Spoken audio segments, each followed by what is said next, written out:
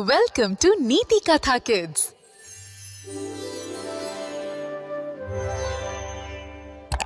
घनदाट बांबूच्या वनात एक तरुण बांबू अभिमानाने उभा होता.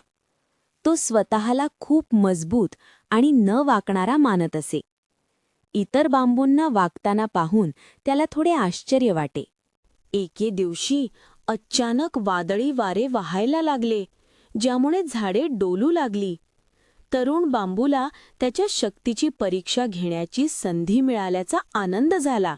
तरुण बांबू वाकायला तयार नव्हता. त्याने आपला कणा ताठ ठेवला, पण वाऱ्याच्या जोरदार धक्क्याने त्याची एक लहान फांदी तुटली, ज्यामुळे त्याला तीव्र वेदना झाल्या. वाऱ्याचा जोर वाढतच होता, पण बांबूने वाकायला नकार दिला.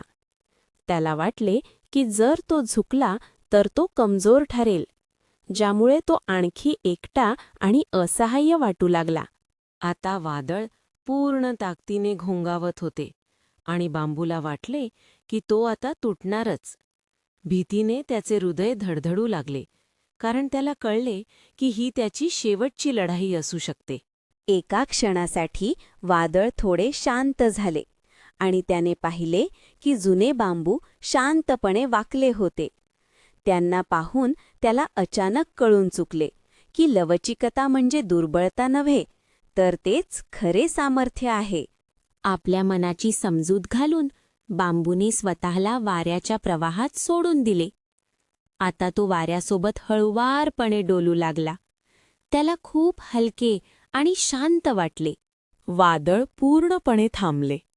तरुण बांबू शाबूत आणि आनंदी उभा होता. आता तो वाकायला शिकला होता. त्याने शिकले की लवचिकता हेच खरे सामर्थ्य आहे.